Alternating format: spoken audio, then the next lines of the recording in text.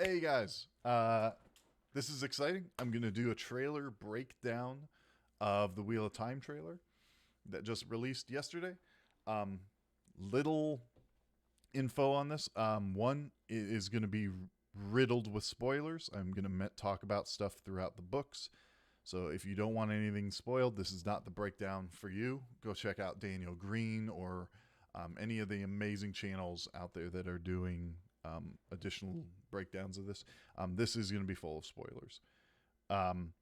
Secondly, I'm going to do it a little differently than most people. Most people are going through the trailer like frame by frame or scene by scene. What I did is I cut up all the little bits and pieces of scenes that they scattered throughout and coalesce them into their own scenes. So it makes more sense chronologically. And I could be wrong. This is just my opinion on how things are, what things are, and stuff like that. And I think I put it in chronological order of when we're going to see it in the season too. But we'll see. So that being said, let's get started. I think we are going to open the series in Tar Valon. The reason I say that, by the way, if I pronounce stuff wrong, I'm sorry. If I pronounce it differently than you do, I'm sorry. I think we're going to open up in Tar Valon. The reason I say this is Rosamund Pike and Moiraine have been promoted as the leads in this season, which makes sense from a plot driving standpoint, as opposed to the books, which it's the five Edmund Fielders. I think from a story point for people that are new, this is going to be the way. So I think we're going to open up with this, which is Tar Valon, and more specifically, I think this scene is where Moiraine comes before the Hall of the Tower, and Siuan chews her out, and she kind of leaves the tower in a supposed huff. The reason I say this is there's some people here in this scene that are in later scenes. So I think this is the pre. I think this is a flashback. I think this is where Siuan and Moiraine break ties publicly, and Moiraine goes out into the world and does her thing.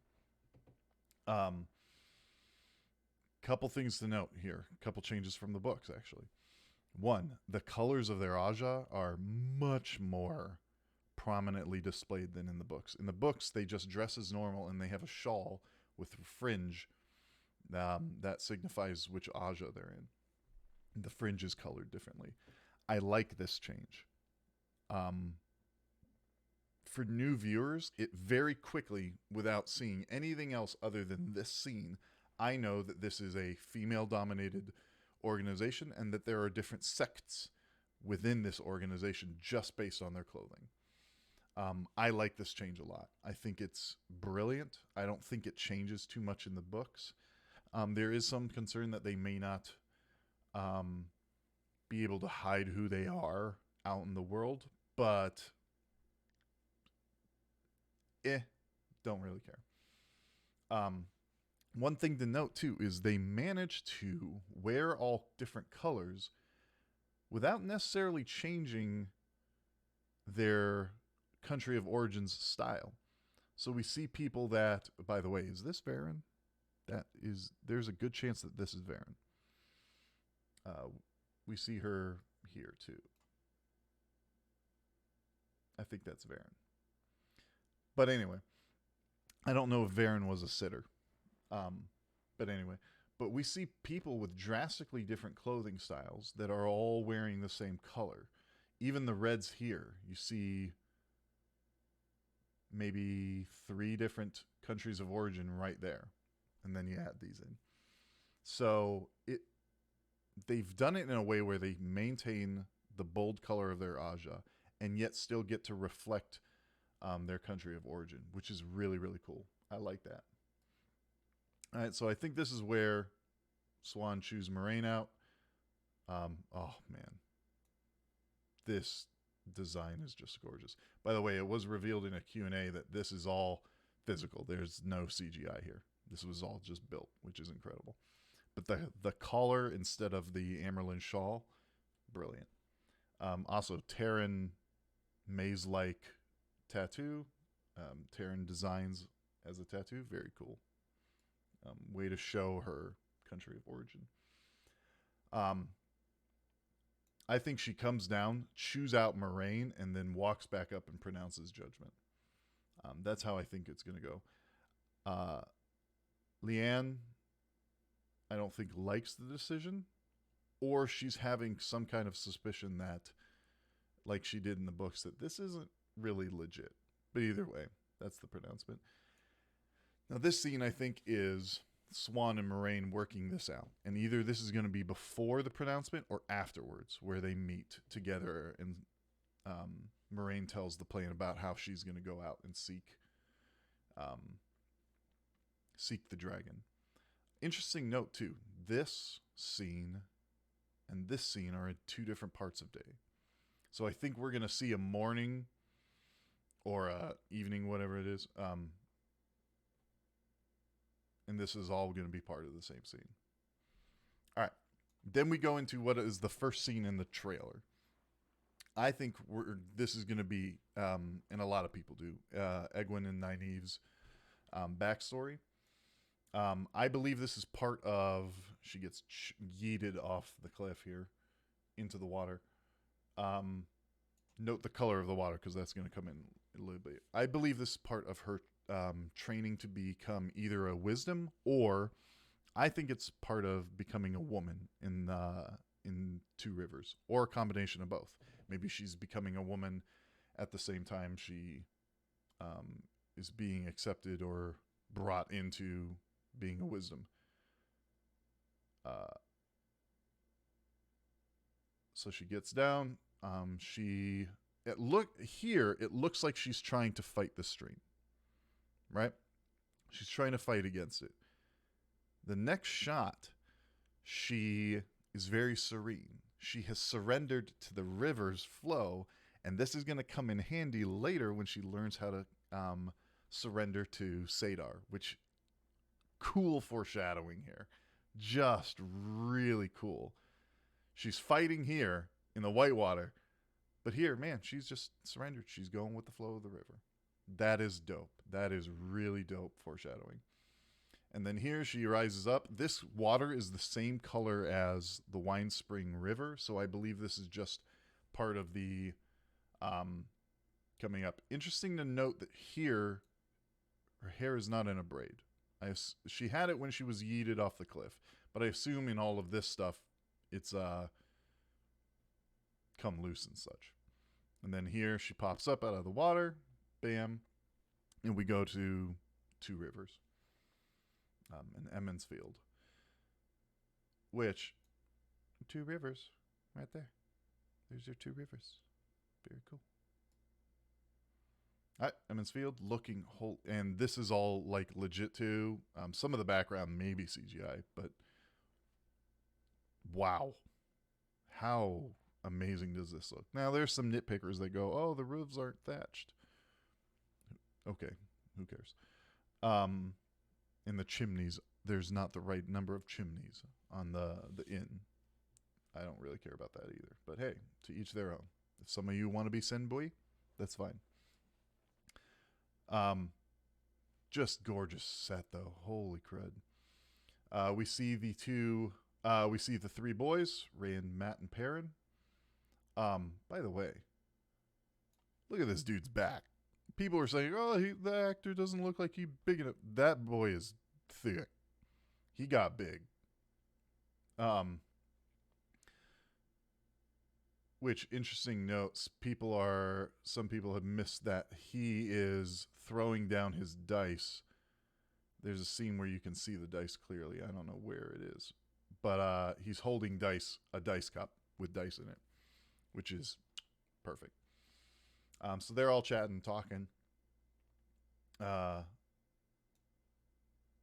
Nynaeve comes in first and kind of opens the door to present Egwene. So I think this might be when she gets presented as follower of the wisdom in training, apprentice, whatever you want to call it. Because she's also wearing very different clothing. Fancier clothes too. And then we got little lava boa, out looking all adorable and stuff, puppy love. Nynaeve looking on, all proud and stuff. Uh,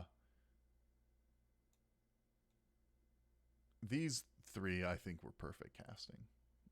I really, really think these guys are perfect casting for this. They just seem to embody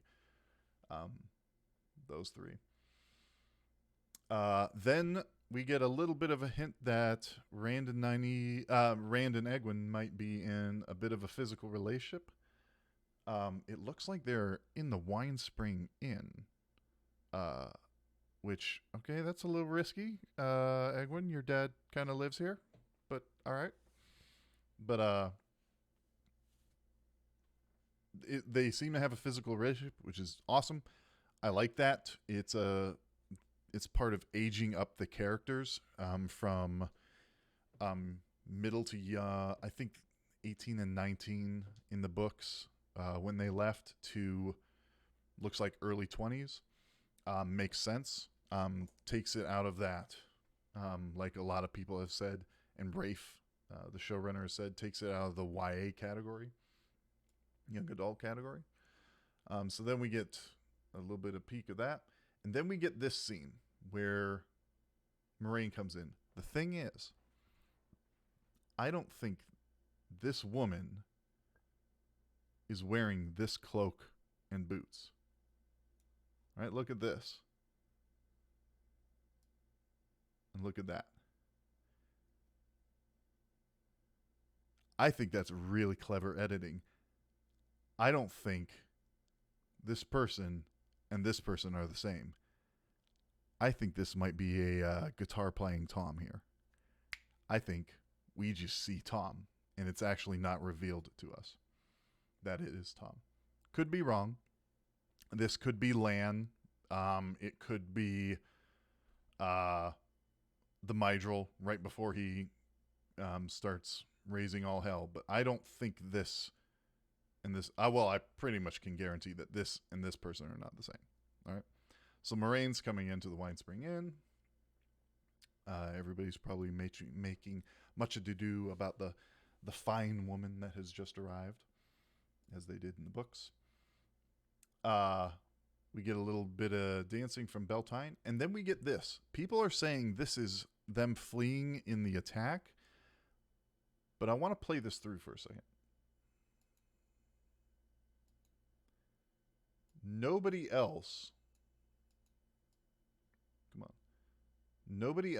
seems to be even the least bit concerned. Also, if this could also be Fal Dara. But considering what clothes they're wearing, I think it is still Two Rivers. Which means we get the first look at Master Luhhan. Unless Emond's Field has two blacksmiths, that's Master Luhhan right there. Maybe even his wife right there. But no one else seems concerned. And if you look closely, the person in back seems to be wearing a skirt and a white blouse.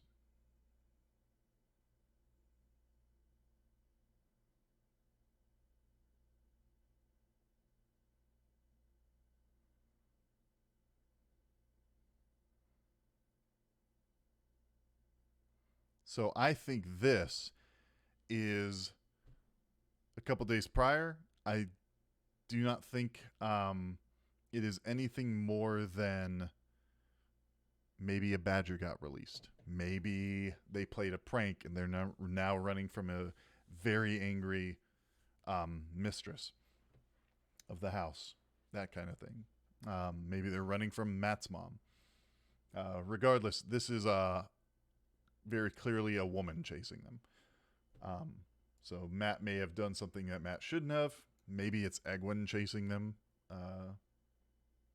But yeah, I don't think this is right to the battle yet. Especially because Rand looks worried, but Mat looks more worried. So this tells me that this is a prank that's gone wrong. This could also be in Fal Dara. I don't think so because of the clothes they're wearing. But this background might be Fal Dara. These are the same clothes, though, right here, that they're wearing here. So it tells me it's still in Two Rivers. They played a prank, and now they're being chased by somebody. Then we get the attack. I don't think they're going to do it the same way as they did in the books, where Rand and his dad, Tam, go back to their farm, grab the sword, and then come and get attacked there and come. So I don't think we're getting Narg. And I don't think they're going to leave Two Rivers once they get there. But yeah, we see him looking all imposing and stuff. He's in, screams, which, okay, so not exactly by the books. By the books, they just look like men, but with no eyes. But I like this change. Why? Because it's really hard in the books when a half man looked at you, even the strongest warriors felt fear. It's really hard to communicate that on screen. And so I kind of like that they upped the terrifying visage of the Myrddraal to kind of be nightmare fuel.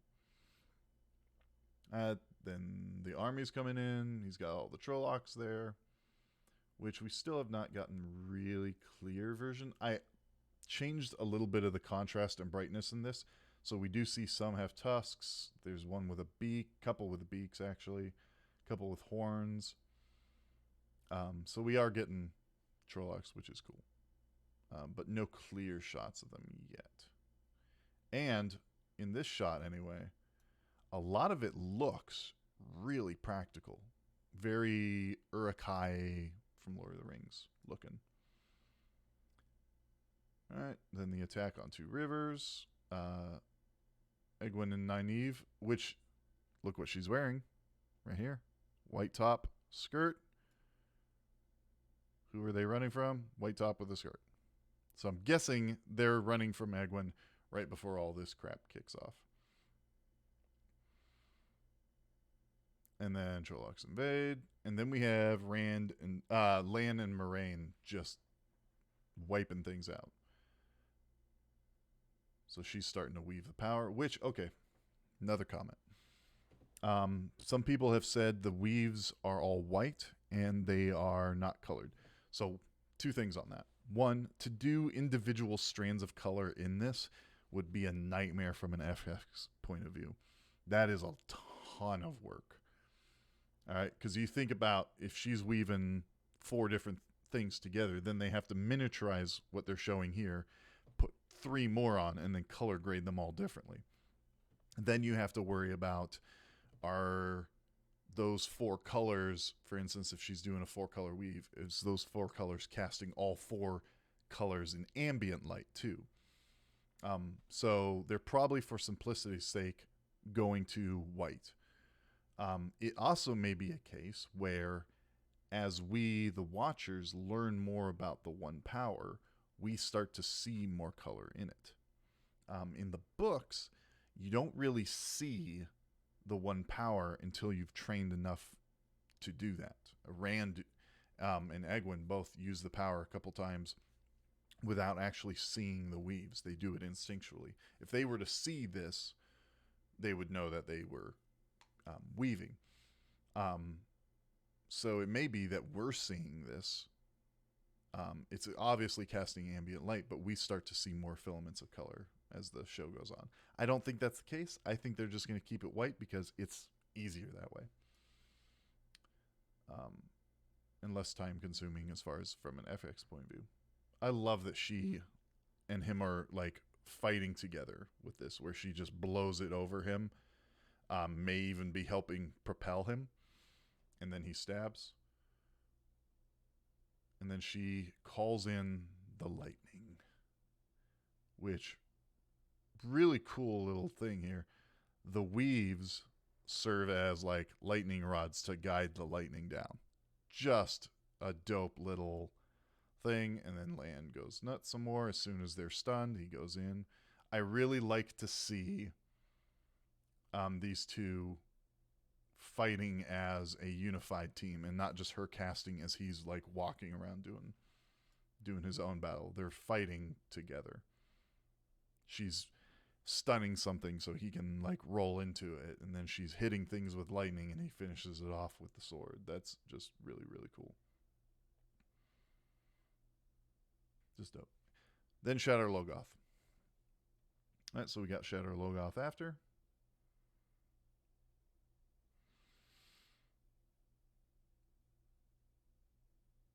So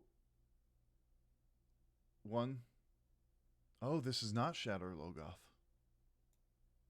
No, I was incorrect. This is the tower. This is Tar Valon.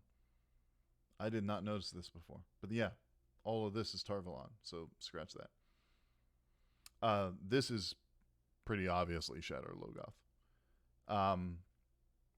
They're probably sitting around right before they go off to explore and stuff to find the dagger, which just looks so cool. Yes, the ruby is not in the pommel. Who cares? It's in the hilt. It's good enough. And this actually looks so much cooler than I would have thought. Then we see Mashadar. They went with an interesting choice where Mashadar is like a shadow that just spreads everywhere. I like that. You can get some of the wispiness over here in this area if you move it back and forth. You start seeing that it's just this black shadow tendril thing. I like that. I like that more than fog. It's a cool thing. Then we get this scene afterwards. I think this is Rand and Mat after they've been separated, looking back at Shadar Logoth. Because the walls are not in great repair here. So this is pretty obviously Shadar Logoth. And they've been split off from everybody else and are now on their way. And this is where a lot of the party splits. I think, by the way, yeah. Where did I put that? There was one scene we missed.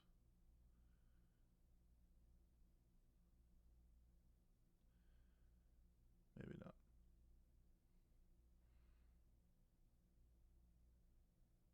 Okay. I think this is an ailment in a cage that has been killed.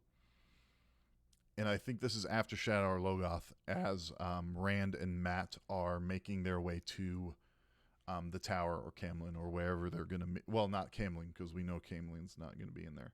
But I think this is as they're making their way to find Moiraine and stuff. They come across a village that has an ale in a cage. Ale. Ale? Ale. I was just going to say ale. And then Perrin and the wolf. Very cool. Him and Egwin are going to be separated from everybody else as well.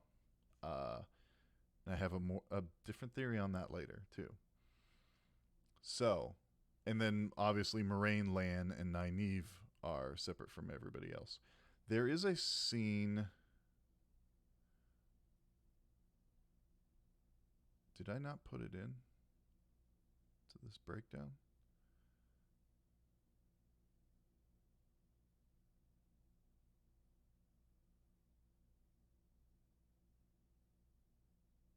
I must not have. There's a scene where somebody is holding a dagger at Lan, and he goes, "The Dark One is after your friends." That could be one of two places. It could be right after the attack on Wellspring, when Nynaeve is tracking them and follows them out of the town before Shadar Logoth. Or it could be after Shadar Logoth, as the party gets separated, her finding Lan and Moiraine afterwards. I'm guessing that. I'm guessing that scene comes after Shadar Logoth. The reason I say that is Moiraine and stuff obviously get separated. I think this is where they meet up with Loghain's capture party. So, this is not something we see in the books, but I think after Shadar Logoth, when they're all split up, Moraine, Land, and Nynaeve are going to run into the group escorting Logain. Right now, I think they have him captured. We saw a still image of him in a cage being carted by, being moved by cart. I think that's what's going on here. Those three are going to come across this group. As they come across this group, Logain's Dragonsworn followers are going to try to free him. Because we see Nynaeve here.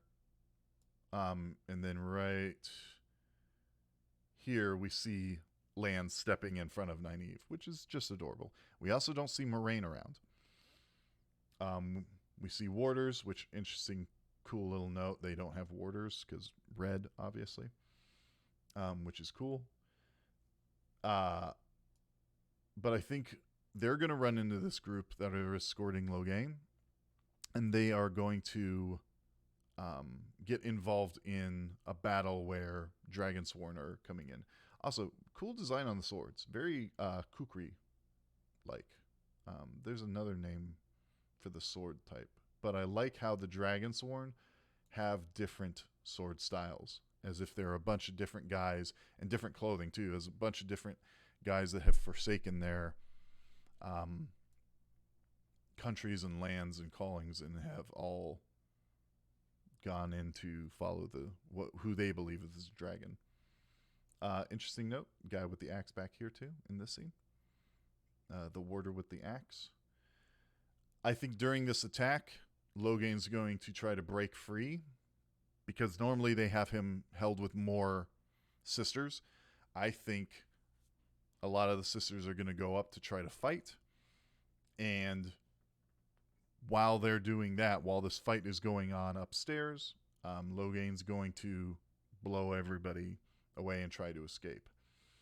I think this is where Lan hears that, and Moraine comes down to try to shield Logain and contain him herself. And obviously this guy's Aes Sedai died. I think this guy goes nuts. Now later, we see him not nuts. Dead Aes Sedai, dead followers, dead warders, so on and so forth. This looks like too many people for what we're initially standing here. Like, this amount of people right here does not fill off all of these. So this may be them actually giving honor and putting to rest the Dragonsworn they killed as well.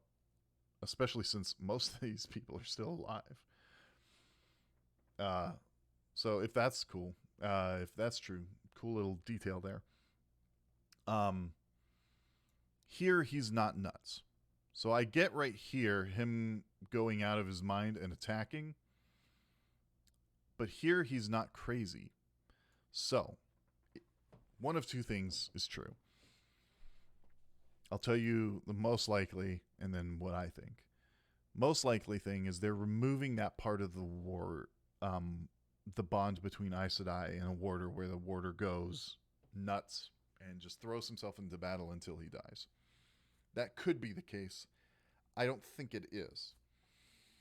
I think this warder, in particular, has another bond. I think this warder has another bond that kind of protects him from going crazy. You see him here with the battle axes too. So let me ask you this. Who is another warder we know in the story that has another bond, and if he ran into him, might be able to teach Perrin how to wield an axe? Because up until now, we've not seen Perrin with an axe. In the points of the shots where, during Shadar Logoth and stuff, Perrin has no axe. Perhaps he runs into a warder who has lost his Aes Sedai, and this warder, I can't remember what name they gave him in the casting, but it's not Elias. But I wonder if they are combining this guy and Elias into an amalgamation character, where his Aes Sedai dies, he goes into a temporary rage, but then the bond with the wolves protects him from needlessly throwing his life away, and he goes into isolation, where he meets Perrin and Egwene, gives Perrin one of his axes, teaches him how to use it, and that's where Perrin gets the axe. I think that's quite likely. But then again, that may be just crackpot theory. He may go off and like jump off a cliff after this scene. I don't know. But I think this guy is going to be an amalgamation character between Elias and who he's listed as. The other thing is somewhere in this battle, I think she doesn't look too wounded here. Moiraine doesn't. Also Lan's with her, which is, I never noticed that before, but Lan's in the background there too. She doesn't look too wounded here, but she could be. It could be like under there. Maybe she's wounded up top and goes below, and that's when he breaks free and she tries to stop him and stuff.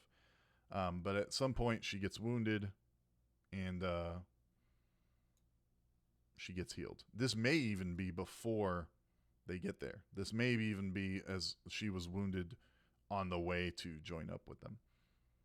But yeah, I think this is going to be an Elias character. A combination.